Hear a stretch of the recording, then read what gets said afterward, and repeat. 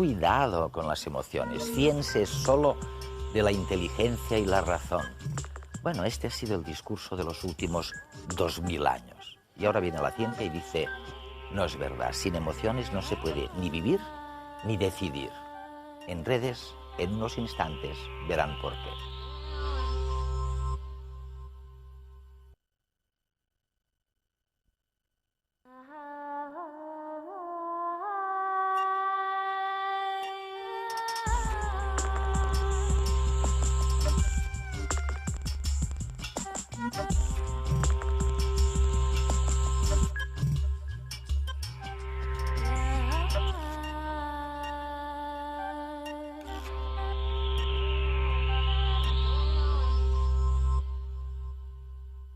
Había que prohibirlas, ni hablar de ellas.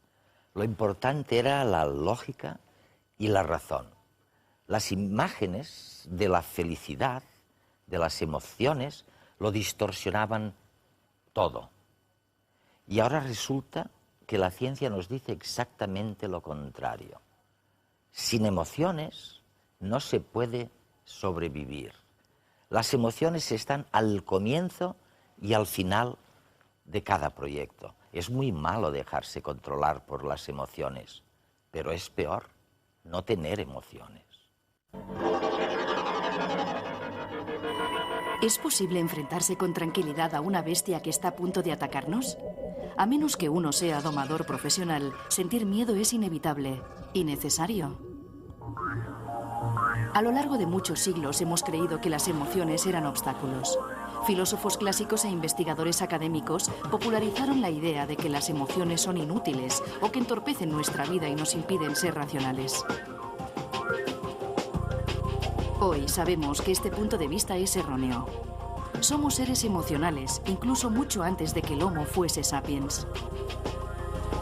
Las emociones existen hace millones de años simplemente porque han resultado útiles para la supervivencia. Vivir sin ellas es una sentencia de muerte y la ciencia lo comprende cada vez mejor. Experimentamos emociones cuando sentimos que algo importante nos está sucediendo o puede suceder. Gracias a la reacción emocional, nuestro cuerpo y nuestra mente se preparan automática e involuntariamente para responder a esta situación de la mejor manera posible. El miedo, por ejemplo, tonifica nuestros músculos para correr con más fuerza y enfoca nuestra mente solo hacia la fuente del peligro o hacia las posibles vías de escape, excluyendo todo lo demás. La alegría ante un hecho positivo nos condiciona a intentar repetir esa situación favorable en el futuro. Y la repugnancia nos impide comer alimentos en putrefacción por más que estemos famélicos, evitando así una infección. Las emociones afectan nuestra manera de ver y pensar el mundo. ¿Pero lo hacen negativamente? Está demostrado que las emociones influyen en la atención, en la memoria y en el razonamiento lógico. Veamos cómo. Suele decirse que las emociones nos distraen. Sin embargo, su efecto es justo el contrario. Las emociones nos apartan de un pensamiento determinado solo para hacernos prestar atención a otro que emerge como más importante. Nuestro cerebro no está hecho para recordar el 100% de lo que se le presenta. En este caso, las emociones intervienen en la memoria como un criterio excelente para determinar qué datos recordar. Creemos que las emociones son perjudiciales a la hora de tomar decisiones. Sin embargo, algunas decisiones podrían tornarse en disquisiciones eternas. En estos casos, resulta más eficaz que intervengan las emociones para poder ser expeditivos.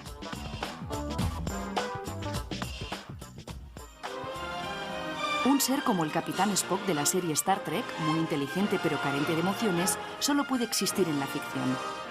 De hecho, la selección natural lo habría eliminado mucho antes de llegar a las naves espaciales. Hoy en día ya no convivimos con fieras salvajes, pero estamos habituados a coches que parecen conducidos por bestias.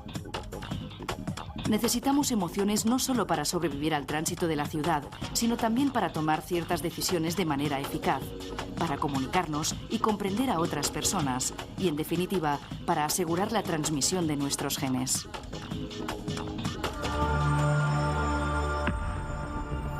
Después de 30 años investigando la universalidad de las emociones básicas, Paul Ekman es una de las personas que más sabe del mundo acerca de cómo expresamos nuestros sentimientos.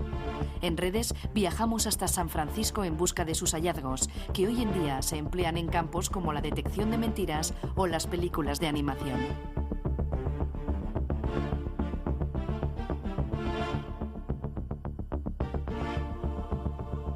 Paul, realmente eres un pionero. Hace 30 años a nadie le importaban las emociones y todavía menos las expresiones faciales de las emociones. Seguramente nadie se había ocupado desde Darwin y William James.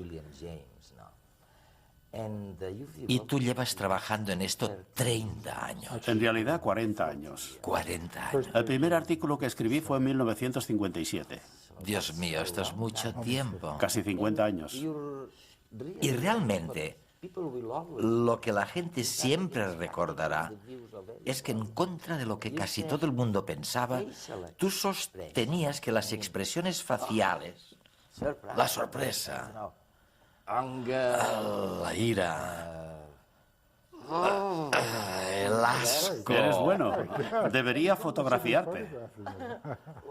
Bueno, tú dices que son universales estas caras. Sí, empezamos pensando que no lo eran. Yo estudié a finales de los 40 y principios de los 50, cuando todo el mundo estaba muy influenciado por el punto de vista de Margaret Mead sobre el impacto cultural. Lo importante del comportamiento social era producto de la cultura, y era una visión de la naturaleza muy poco probable. Éramos como una tabula rasa, e incluso se creía que había culturas que no tenían ninguna emoción. Las expresiones no existían porque eran un invento cultural, y yo también creía en esto. Y no acababa de creérmelo. Pero como me había educado en este sistema, pensaba que tenía que ser lo correcto. Pero conseguí que me financiaran un proyecto en el que tenía que investigar si las expresiones y los gestos eran universales o específicos de una cultura.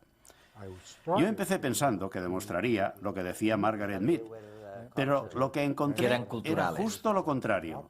De manera que soy un científico cuyos descubrimientos han cambiado mi forma de pensar. Pero resulta que son innatos y que ocurren en todas partes. Está claro que no podemos estudiar todas las culturas. Estudiamos 21 culturas que eran literarias y 2 culturas que no habían estado nunca en contacto con el mundo exterior. Creo que esto es suficiente para poder establecer generalizaciones, particularmente con las culturas aisladas visualmente preliterarias, ya que no podían haber aprendido por medio de contactos con otras culturas. Y nunca habían visto fotografías, revistas, periódicos, televisión o películas. O sea que cuando se está allí se pregunta, ¿qué cara pondrías si te dijeran que se ha muerto tu hijo? Y ponen la misma cara que en cualquier otra cultura, es completamente convincente. ¿Y qué me dices de los gestos simbólicos? Darwin también tenía razón, ya que se aplica a la cultura. Esto, en Estados Unidos, quiere decir que eres el ganador. Pero en Rusia quiere decir amistad. Es decir, que tiene un significado completamente distinto. Los italianos hacen esto para el teléfono y nosotros no tenemos ninguno. En Alemania hacen esto para tener buena suerte y nosotros hacemos esto. Aquí tenemos un lenguaje corporal auténtico. Y la cara también es un sistema de señas. Y es el mejor que tenemos para las emociones. Un sistema de señas universales involuntarias, es decir, que es muy valioso porque no lo hacemos a propósito. Pero muchas de las expresiones sí que se pueden hacer deliberadamente, lo que nos puede llevar a que una cara nos engañe. Todo el mundo puede hacer una sonrisa, pero hay unas diferencias muy sutiles que te puedo mostrar entre una verdadera sonrisa de disfrutar y una sonrisa social, que es la que tenemos que poner cuando en realidad no estamos disfrutando. Como la que ponen los políticos. Por ejemplo. Pero en algunas ocasiones somos unos artistas muy buenos y ya sabes que los actores están en el límite entre la verdad y la mentira, porque un buen actor consigue llegar a identificarse con el papel que interpreta. Y mientras lo está interpretando, esto lo hemos investigado, su fisiología es la misma que si estuviera sucediendo. Esto sucede con los buenos actores y es por esto que nos llegan a emocionar. Aristóteles dijo que nos emocionamos cuando vemos la tragedia y llegamos a tener miedo porque lo que vemos no es una representación simbólica. sino que estamos viendo a unos actores que en realidad son capaces de generarlo. Lleva mucho tiempo de ensayos y de habilidad. Pero con mucha escuela se puede llegar a conseguir. Se puede ver y sentir. ¿Para qué sirven las emociones? Bueno, yo no las diseñé, de manera que el científico tiene que hacer las preguntas de qué sucede, cuándo y cómo. Y no hay mucha gente que haga la pregunta de por qué sucede, porque es muy difícil obtener una respuesta científica. Te puedo ofrecer mi teoría, pero solo es la mía. Y las pruebas funcionan con la teoría en este momento, pero no es más que una teoría, no es un hecho. La universalidad es un hecho. Pero, ¿por qué es el sistema de señales universal más importante que tenemos para informar a otros miembros de otras especies de lo que nos sucede? Me imagino que durante el curso de la evolución era útil para las personas, porque podía informar a los que me rodeaban de cuando estaba enfadado para que se alejaran, y también por mi cara de miedo cuando había algún peligro, un predador. Cuando me lo paso bien, quería decir que quiero más, y cuando lo estoy pasando mal, quiero que me ayuden. Incluso ahora que en el siglo XXI tenemos unas vidas más individuales y pensamos que quizá es mejor no saber cómo se siente todo el mundo. Durante toda la historia de la evolución ha sido justo lo contrario. Ha sido muy útil, ya que de otra manera no existiría. Pero es porque soy un darwinista y tengo que escribir la información que se espera de mí.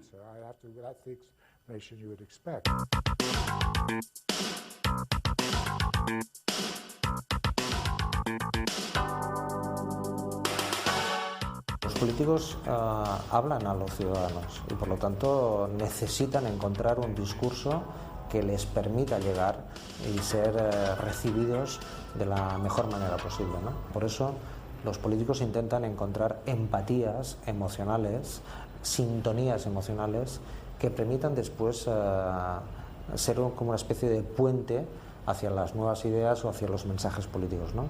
Sin este puente emocional es muy difícil hacer política hoy, ¿no? Y para ese puente emocional, el conjunto de recursos de imagen, gestos, movimientos, posturas, tono, timbre, son determinantes, ¿no? Porque las emociones se construyen así, ¿no? Con movimientos, con gestos, con tonos de voz.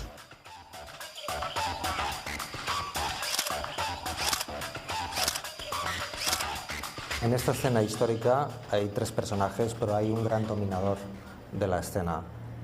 Es Arafat, que con su gesto siempre lleva la iniciativa, con su firmeza de posición y de postura, consigue girar toda la situación y todos los personajes hacia él, ¿no?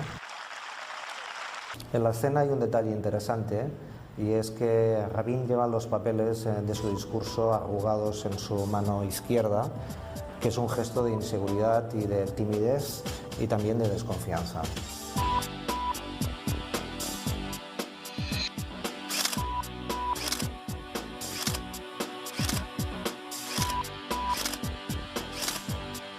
En esta escena, Franco se dispone a agradar a Hitler.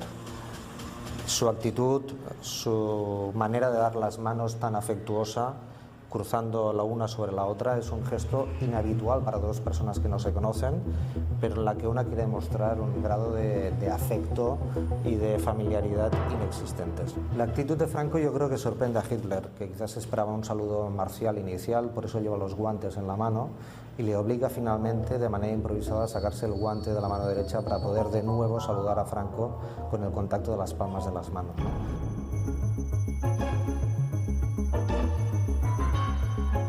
En su intención de agradar, Franco es consciente de la gestualidad militar hitleriana, ¿no? Tiene el brazo permanentemente a punto, está totalmente rígido, dispuesto a saludar marcialmente a las tropas alemanas como se merece la situación histórica, ¿no?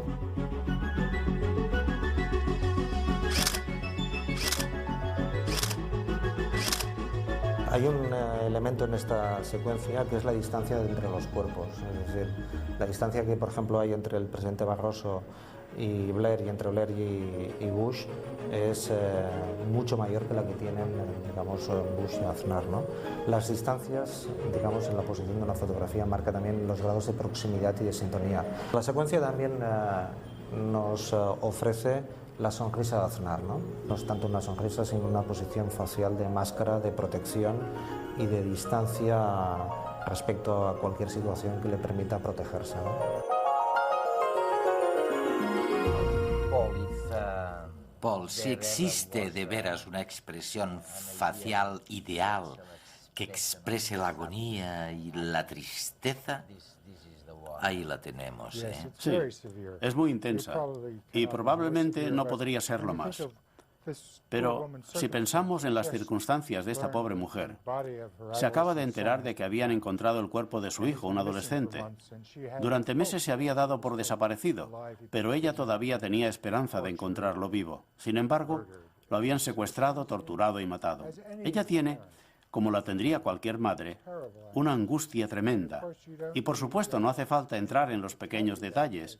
Cualquiera puede verlo, ya que todo está marcado en su cara. Las cejas que se levantan en ángulo. Este es el signo más fiable de la tristeza. También se puede ver cómo las mejillas se levantan y los labios están estirados y arqueados, como si estuviera gritando. Yo creo que en este momento estaba llorando y la barbilla también está elevada. Podemos ver también aquí una versión reducida de su cara, que debe ser un familiar o alguien que pasaba. Incluso esta imagen hace que nosotros también nos pongamos tristes, ya que el mensaje, la función de la angustia, es decir, que se necesita ayuda y que alguien nos conforte. En este momento está desesperada. Y después te enseñaré también el signo sutil que señala el comienzo de la angustia, o que se la está intentando esconder, pero aquí está completamente desarrollada y descontrolada. Veamos estos detalles que muestran la tristeza cuando ya ha empezado, pero todavía no es evidente.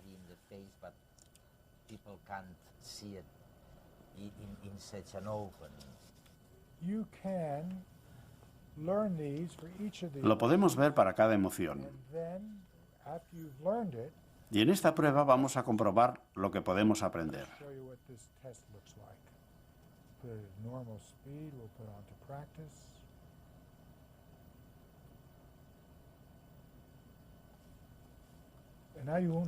Ahora aparecerá una imagen, pero yo no sé cuál es.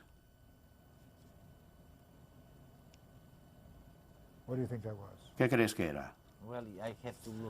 Tengo que verlo otra vez, ¿eh? No puedes, solo tienes una oportunidad. Sorpresa. Sí, tienes razón. Muy bien. ¿Quieres verlo otra vez?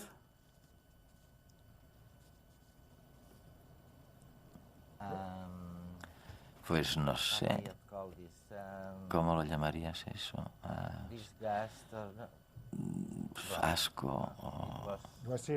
¿Quieres verlo otra vez? Vamos a ver. ¿Sorpresa de nuevo? No. Ahora aparece la respuesta correcta, enfado, y la vuelve a mostrar. Cuando se hace esta prueba se puede ver cuando se ha acertado o no. Y después de haber hecho unos cuantos se pueden identificar en un momento. Esto es sorpresa. Aquí tenemos la sorpresa. Las cejas están elevadas, los ojos están elevados y muy abiertos, y está boquiabierta. Esta es una fotografía con mucho grano de un periódico. El fotógrafo no esperaba tomar la foto de una mujer cayéndose. Estaba haciendo acrobacias en lo alto de un edificio y él la estaba enfocando cuando ella perdió el equilibrio y se cayó. Obtuvo un premio de fotografía y, por cierto, ella sobrevivió a la caída.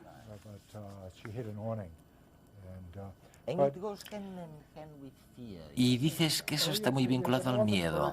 La sorpresa es la emoción más corta, porque tenemos que estar sorprendidos hasta que sabemos de qué lo estamos. Siempre se trata de algo inesperado, y después se puede estar o aliviado, o divertido, o con miedo. Muy a menudo se siente miedo, porque a menudo las cosas inesperadas nos suponen una amenaza. Paul, ¿y cómo es que algunas personas disfrutan con el miedo e incluso del terror? Cualquier emoción se puede disfrutar, y hay gente que disfruta incluso con las emociones negativas. Por ejemplo, a mí no me gusta llorar, pero hay gente que quiere leer novelas que les hagan llorar, o quieren ir a ver películas que les hagan llorar. Hay otros a los que les gusta sentir miedo, como son con las películas de suspense, que cuando voy a verlas yo estoy sentado al borde de la silla y cuando miro las caras de los que me rodean, todos tienen caras de miedo. Pero por supuesto no es verdad. No se corre ningún riesgo y es como un ejercicio emocional. Hay otros a los que les gusta sentirse enfadados y ven películas como Rocky o películas de boxeo. Hay muchos niños que les gusta sentir asco. Hay toda una industria que fabrica juguetes asquerosos con olores desagradables para niños. Y también hay adultos a los que les gusta sentir asco. También hay a quien le gusta sentir desprecio o sentirse superior. Hay gente a la que no le gustan las sorpresas y si les organizas una fiesta sorpresa te dicen no se te ocurra volverlo a hacer. No me gustan las sorpresas, me gusta saber qué es lo que va a pasar.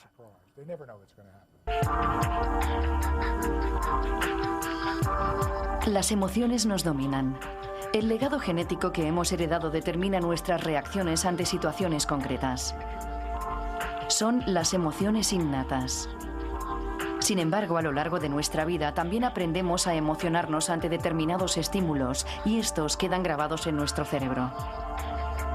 Es la memoria emocional, un resorte que se activará en situaciones concretas. Con cada estímulo que desencadena una emoción se crean nuevas conexiones entre un grupo de células en nuestro cerebro.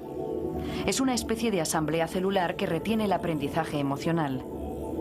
El conjunto de todas estas asambleas celulares forma la base de datos que contiene todo lo que nos emociona. Y aunque es fácil añadir datos, borrarlos es muy complicado. Por eso es tan difícil controlar totalmente nuestras emociones.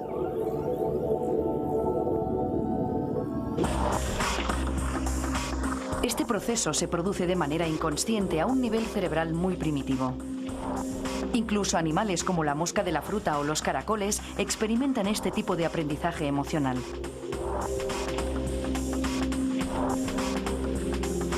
Pero solo si el organismo posee un cerebro suficientemente evolucionado será consciente de la emoción que está sintiendo. En otras palabras, en animales con un nivel de conciencia alto, como los humanos, las emociones y sentimientos son consecuencias conscientes de procesos inconscientes. Una diferencia básica entre un cerebro evolucionado y otro más primitivo es la capacidad de distinción entre realidad y representación. Este solo se da en animales con cerebros suficientemente desarrollados como los humanos, y su funcionamiento es así. En primer lugar, nuestros ojos ven una fotografía que da miedo. La información pasa desde los ojos al tálamo, donde es procesada y redistribuida inmediatamente a la amígdala. Esta rápida conexión permite que el cerebro active los mecanismos que preparan el cuerpo para afrontar el posible peligro. Paralelamente, la corteza cerebral también recibe la misma información procedente del tálamo. Esta conexión se produce más lentamente y la corteza tiene más tiempo para analizar el mensaje detenidamente. Así puede determinar que no existe el peligro, ya que tan solo se trata de una fotografía. De nuevo, esta información, una vez analizada, se transmite a la amígdala. Como la corteza ha determinado que es una falsa alarma, la respuesta de miedo se detendrá. Pero como en todo lo demás, nuestros genes también condicionan este proceso. Se ha demostrado que en personas con una variante genética defectuosa, el mecanismo de distinción entre representación y realidad no funciona correctamente. Esto supone que se genere un estado de ansiedad a partir de una amenaza irreal. Eran básicamente fotografías de caras que daban miedo, pero que por supuesto no suponían ningún peligro. Lo que sucede es que la amígdala se activa al ver las fotografías y se pone en contacto con el cíngulo, que es una zona más moderna del cerebro que la amígdala. El cíngulo de la persona sin la variante genética dice, esto es simplemente una fotografía, e inhibe la respuesta de miedo, puesto que no existe ningún peligro real no y no se padece ansiedad. En la persona con la variante genética no se produce la inhibición. La amígdala está hiperactiva y da lugar a una respuesta de miedo. Pero todo este conocimiento acumulado durante 30 años, ¿qué utilidad tiene? ¿Para qué sirve? ¿Puede ayudar a alguien saber todo esto? ¿Se puede evitar, por ejemplo, que la gente sea violenta simplemente porque hayan aprendido a ser conscientes de cuándo está brotando la ira? Hay 4 capacidades, y en este último libro, no sé si escribiré otro, pero en el más reciente, Emotions Revealed, he puesto todo lo que he aprendido sobre las emociones durante estos 40 años y que puede ser útil durante la vida. Si había cosas que eran interesantes, pero solo para mí, y no tenían ninguna aplicación práctica, las he dejado fuera del libro. La capacidad número 1 es la más difícil de aprender, y es el ser capaz de elegir el ser o no ser emotivo. Incluso el Dalai Lama, con quien he hablado, dice que no se puede elegir de dónde nace el impulso de la emoción. Esto es automático. No puedes. Pero lo que se puede desarrollar es la capacidad de darse cuenta de que nace el impulso antes de que se actúa. Es decir, que hay un espacio entre el impulso y la acción. En casi todos nosotros este espacio es muy pequeño, pero se puede ir ampliando para adquirir esta capacidad, aunque sea en ocasiones para decir, no quiero responderte con enfado a tu enfado, o voy a hacer esto y no me va a superar la sensación de miedo. Es duro, porque se está actuando en contra de la naturaleza, ya que no quiere que haya interferencias en ese punto. En la vida cotidiana todo eso es muy difícil de aprender, ¿no? Pero si se quiere, se puede. El primero es el más difícil, y la capacidad segunda es cuando se está emotivo, pero se puede elegir cómo es el comportamiento cuando se está emotivo. Me enfado con mi mujer. Regreso del trabajo y me dice que por qué me he vuelto a olvidar de hacer la compra. He hecho la compra y está ahí. ¿Por qué se enfada?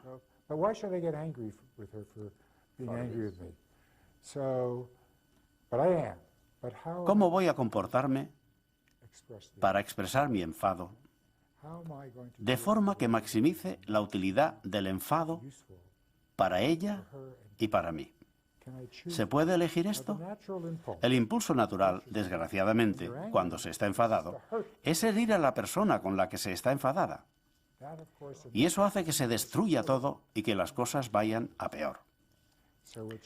Lo que hay que intentar hacer es dirigir el enfado hacia la acción que ha herido, no hacia la persona como actor. El tercero es una bomba. Los 2 primeros son duros y hay que trabajarlos de forma continuada, pero mejoran la vida. El tercero es aprender a ser más sensibles a las emociones de otros. Si tengo una emoción que es completamente visible en mi cara o en mi voz, no hace falta aprender a reconocerla. Pero a menudo las emociones se esconden o son tan sutiles que no se ven. Y yo tengo la herramienta, que ya hemos visto, que enseña a todo el mundo a reconocer esto y a saber automáticamente cómo se siente la otra persona, incluso si ellos no saben cómo se sienten. Es increíble. Una información que se puede ver en la micro. Eso es, en la microexpresión facial. Y luego está la última capacidad, a la que en la época en que escribí el libro no le di mucha importancia. El libro se publicó en 2003, y esto quiere decir que yo lo entregué a la editorial en 2001, que es cuando sucedió el 11 de septiembre. Y en la actualidad trabajo casi por completo y aplico mi trabajo a la seguridad nacional, para intentar disminuir el número de errores que se cometen cuando se hacen los interrogatorios y las investigaciones, y para aumentar la exactitud. ¿Habías pensado alguna vez durante estos 30 años, cuando empezaste a estudiar las expresiones faciales de una tribu en el Pacífico, que acabarías siendo un valor activo para la seguridad nacional? No, nunca lo pensé. Y las aplicaciones de este trabajo son impresionantes. He sido consultor de las 3 empresas más importantes de animación en este país: Disney, Pixar e Industrial Light and Magic. He formado actores y he rechazado la petición de algunos políticos para hacerlos más creíbles. Y mi trabajo se ha utilizado en un contexto médico para evaluar a pacientes que están en riesgo de sufrir enfermedades coronarias. Esto quiere decir que la cara, las emociones, se aplican en todas partes y en todo lo que importa. Y lo que he hecho es abrir y revelar cómo funciona.